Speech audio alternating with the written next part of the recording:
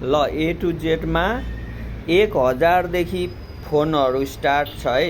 1000 तपाईँहरूले 1000मा एन्ड्रोइडहरू स्मार्टफोनहरू पाउनुहुन्छ भने आइफोनहरू 5-7 हजारमा पाउनुहुन्छ।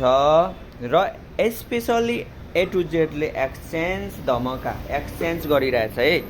ल यस्तो फोनहरू हजुरहरूको घरमा थन्केर बसेको छ भने लिएर आइहाल्नुहोस् है एक्सचेन्ज गर्नको लागि। यस्तो फोनहरू लिएर यस्तो फोनहरू लिन पाउनुहुन्छ अलिअलि पैसा थपेर है।